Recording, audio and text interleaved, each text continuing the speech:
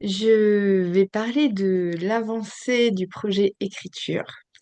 Ça va pas être sous forme de vlog, ça va être plutôt sous forme d'un podcast, en vidéo ou juste en audio. L'idée, ça va faire depuis le mois d'avril que j'essaye vraiment, d'avril 2025, que j'essaye de trouver quel format me convient. Ça a été passionnant parce que pendant des mois, j'ai essayé de trouver ce qui marchait. En gros, d'avril à début juillet, j'ai tenté des choses. Après, l'été a fait tout arrêter. Et j'ai repris en septembre. J'ai même réussi à écrire un petit livre pour enfants. Voilà, pour mes filles, j'ai réussi à faire ça. Et assez court, mais assez satisfaisant de pouvoir arriver jusqu'au bout. Et, et après, ça s'est un petit peu arrêté. Puis ça a repris en décembre. Et là, je crois que j'ai trouvé mon mode de fonctionnement. Mais tout ce que j'ai pu chercher avant, j'ai réalisé que j'étais face à plein de freins, notamment par rapport à des croyances ou des clichés que j'avais sur les écrivains. Voilà. Donc ça m'a mis des vrais bâtons dans les roues. Et ce qui m'a beaucoup aidé, c'est la découverte de ce livre qui s'appelle Inspirez, écrivez de Julia Cameron, qui avait déjà écrit un livre, qui est le livre que je pourrais recommander à tout le monde, qui s'appelle Libérez votre créativité. Donc c'est un petit peu un livre, un mélange de méthode, partage de ressenti, mais ouais, c'est un peu une méthode, je dirais. C'est un mélange. Libérer sa créativité m'avait beaucoup aidé et de temps en temps, je refais ce qui est écrit dans ce livre. Et celui-ci, mais je l'aime de tout mon cœur. J'ai pas fini, hein, j'en suis qu'à la page 128. Mais déjà, rien que dès les premières pages, ça m'aidait. Car bah, justement, elle passe en revue les freins qu'on peut avoir, les clichés qu'on peut avoir, les fausses croyances. Et surtout, ce qui m'a bluffé, c'est que jusqu'à présent, ce que j'ai lu, eh bien, c'est ce que je faisais intuitivement, mais je croyais que c'était faux, ce que je faisais. Donc, on va dire que la lecture de ce livre m'a permis de consolider mon intuition. Voilà. Donc, ça, c'est vraiment un grand cadeau. Donc, ce que j'avais pu observer entre avril et juillet dernier, c'est que ce qui était réaliste pour moi dans ma vie, où je fais plein de choses, c'est d'écrire 20 minutes par jour. Mais je parvenais pas forcément à le faire tous les jours. Et là, mais je me laisse plus le choix. En fait, je suis obligée d'écrire tous les jours. Et il y a quelque chose qu'elle dit très bien dans le livre. Elle dit que si on se ressent écrivain, écrivaine, eh bien, il faut qu'on écrive tous les jours. Et effectivement, moi, quand j'écris, je sens que mes journées, elles sont complètes, que ça fonctionne, que ça roule. Je me sens très satisfaite et apaisée dans ma tête, vraiment. Et quand j'écris pas, j'ai l'impression que c'est beaucoup plus facilement le chaos dans mon quotidien. Chaos, c'est peut-être un grand mot, mais je suis beaucoup moins ancrée, en tout cas.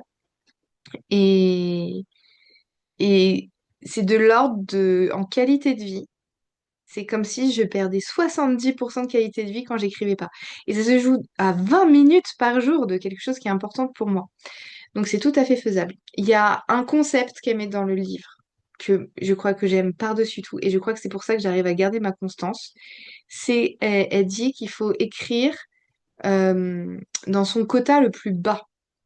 Donc elle dit que le quota le plus bas, c'est d'écrire 2 à 3 pages par jour. Mais dans ma vie, c'est trop ça. Donc moi, mon quota le plus bas, c'est une demi-page ou une page par jour d'écriture. Ça semble peut-être pas beaucoup, mais au bout de 30 jours, ça fait 30 pages. Au bout de 3 mois, ça fait 90 pages. Au bout de 6 mois, j'ai un livre. Et après, je peux passer à la réécriture. Donc là, on va dire que je partage juste du premier G1. Là, je parle juste de mes obstacles du premier G, donc de la première fois où j'écris. C'était pas dans le livre, ça venait d'une autre femme qui donne des méthodes d'écriture. Et elle a partagé une phrase qui m'a beaucoup aidée à choisir. Elle disait de faire un peu la liste de tous les livres qu'on avait en tête. Parfois, il y a des gens qui n'ont qu'un seul livre, hein. Dans mon cas, moi, j'en ai beaucoup, j'en parlerai peut-être après. Et de choisir, là, aujourd'hui, enfin, aujourd'hui, mais pour les quelques semaines ou mois qui vont suivre, pour quel livre j'ai le plus de vitalité.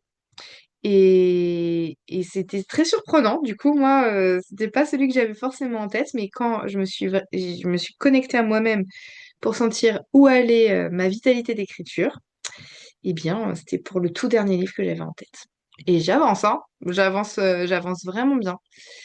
Donc ça, c'était assez intéressant. L'autre chose qui m'a beaucoup aidée aussi, ça a été de noter tous les livres que j'avais en tête. Du coup, j'ai pris un carnet, puis j'ai noté tous les titres ou tous les sujets que j'avais. Et donc, c'est juste ici, j'ai 27 livres à écrire. J'en ai 27 en tête. Et ça, c'est que quand je l'écris, il y a, il y a quoi? Il y a 3 semaines. Donc, j'en ai eu d'autres qui sont venus en cours de route. Donc ça, en fait, ça me prend trop de place dans ma tête. Ça m'épuise d'avoir tous ces livres en stock dans ma tête. Faut que je les écrive. Parce que sinon, ça me prend trop de place. L'avantage dans tous les livres que j'écris, j'ai des longs livres à écrire. J'en ai vraiment des longs. J'ai même des sagas. Mais j'ai aussi des livres pour enfants. Et qui sont aussi des sagas. Mais que je peux faire ponctuellement. Et j'ai remarqué que j'écrivais assez vite. Les livres pour enfants, il faut que je sois dans la bonne énergie, disponible et que j'ai un peu en tête et j'adore écrire ça. En fait, c'est mes filles qui me demandent des livres ou qui m'inspirent des thématiques. Et comme j'écris en sentant que je leur écris, eh bien, je trouve ça assez facile. Donc bah là, quand j'ai réalisé que j'avais 27 livres, en fait, ça m'a fait un choc de lire ça. Et je me suis dit que bah là, fallait arrêter de procrastiner, fallait vraiment que je m'y mette. Donc je suis vraiment en sensation, c'est que je me sens très fière, mais aussi en confiance avec moi-même, dans le fait d'avoir ma constance et d'écrire tous les jours 20 minutes. Et le plus fou dans tout ça, mais le plus fou dans tout ça, c'est que j'écris beaucoup mieux le matin que l'après-midi ou le soir. En fait, j'écris mieux quand c'est le tout début de journée. Et moi, à la base, et surtout pour les gens qui me connaissent, ça se trouve, ils vont rire en entendant ça, mais moi, j'ai jamais été du matin. Mais vraiment, jamais, jamais. Et là, je suis motivée à me lever à 6 heures le matin. D'abord, en fait, ce que je fais, c'est que j'écris mes pages du matin. C'est une méthode de Julia Cameron dans Libérer votre créativité, ou même celui-ci, hein, Inspirez, écrivez. Et donc, je commence ma journée en écrivant. Mais vraiment, ça peut être n'importe quoi, hein. Ça peut être, alors, bah, cette nuit, j'ai pas très bien dormi, et puis aujourd'hui, j'ai tel rendez-vous. Et, enfin bref, en gros, je dis juste tout ce qu'il y a dans ma tête, que je pourrais dire à quelqu'un, mais que pas très intéressant, de raconter tout ça. Et moi, je l'écris. Et comme ça, moi, ça me vide la tête. Et comme ça, juste après, je suis disponible pour écrire mon livre. J'ai plus ces pensées parasites qui sont là, c'est posé sur le papier. Et puis le fait d'écrire à la main, ça me met à mon rythme. Après, ça c'est pour les pages du matin où j'écris à la main et je sens que ça m'apaise. Mais après, j'enchaîne en écrivant. Moi, c'est sur mon téléphone en fait, ce que j'ai expérimenté en avril, et ben ça marche bien pour moi. Donc, bien, moi, je me suis fait un mail en brouillon. Comme ça, partout où je suis, je peux reprendre ce mail en brouillon. Je suis pas encore allée au stade où je sécurise et mettre ça sur un Google Drive ou tout ça. Mais j'avance. Ce que je fais pour me motiver, c'est que à chaque fois, je note la date du jour. Ensuite, j'écris tout. Et à la fin, j'écris combien de temps j'écris. Globalement, souvent, c'est 15 minutes, hein, et ça va entre 15 et 20 minutes. Je fais pas plus. C'est très, très rare si je fais plus. Et, et je note combien de mots j'ai écrit. Et de noter ça, eh ben, je vois que plus j'écris, plus je suis rapide. Et si je reprends le concept du livre Inspirez, écrivez, eh bien, elle disait que finalement, quand on écrit peu de temps, que 20 minutes, eh bien, ce qu'on va produire normalement est plutôt pépite. Plutôt, normalement, ça marche bien parce que on va à l'essentiel. On n'a que ce temps-là, voilà. Après, moi, je re-rentre dans ma phase ultra perchée. Voilà, perchée, mais bien les pieds ancrés dans la terre en même temps. Et il y a des choses que j'ai adorées dans le livre. Enfin, je sais pas comment dire, mais ça me fait tellement bien de lire ça parce que c'était vraiment ce que je ressentais, mais je croyais que j'étais folle en pensant ça. Il y a des écrivains qui disent que quand ils écrivent leurs livres, ils ont l'impression de faire une dictée. En fait, ils ont la sensation qu'il y a quelqu'un qui leur souffle les mots à l'oreille et qu'ils doivent l'écrire. Bah franchement, moi j'ai cette sensation. Alors c'est pas des mots à l'oreille, mais c'est comme si c'était mes doigts qui guidaient et je sais jamais quelle va être la phrase suivante. Je ne sais pas. Et c'est un vrai voyage à part entière à chaque fois, hein. Donc voilà, maintenant je me lève à 6 heures. J'écris les pages du matin. Ça me fait rire parce que c'était vraiment une nouvelle version de moi-même, hein. J'écris les pages du matin, j'écris mon livre. Et la journée est parfaite. Dès les premières 40 minutes de réveil, la journée est parfaite. Et tout le reste à vivre est du bonus pour moi.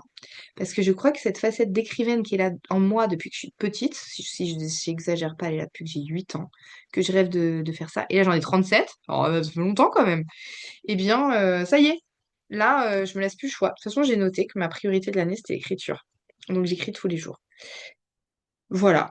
Donc, bah ça m'a beaucoup, beaucoup, beaucoup changé la vie. Et le fait de trouver cette méthode et que, en fait, vacances, pas vacances, comme si je me le mets en tout début de journée, ben, ça peut pas passer à la trappe. Même pendant les vacances de Noël, il y a eu que 2 journées où j'ai pas écrit. Parce que c'était un peu trop pressé avec des voyages. Mais sinon, j'ai écrit tout le temps. Donc ça fait plaisir. Donc voilà, je suis en train de trouver ma méthode. Ça me fait plaisir. J'étais très contente du livre pour enfants, ce qui m'a même amené à écrire des choses précises pour les anniversaires de mes filles. Enfin, je veux dire, là, l'écriture, je la mets dans tous les sens. Je veux créer aussi avec mes filles. Je crée de partout. Et j'ai même embarqué mon mari pour qu'il fasse les pages du matin. Et lui, il n'est pas dans l'idée d'écrire un livre pour l'instant. Qui sait, ça va peut-être changer parce que ça amène d'autres choses. On se sent capable d'écrire en faisant ça. Donc, si jamais vous êtes comme moi à vouloir écrire, si j'avais un seul conseil à vous donner, faites les pages du matin. Vraiment que ça. Et parfois, c'est pas plusieurs pages, hein. Parfois, quand j'ai pas trop de temps, je me mets juste un minuteur de 10 minutes et en 10 minutes, j'écris ce qui me sort. Parfois, ça fait une demi-page, parfois, ça fait une page.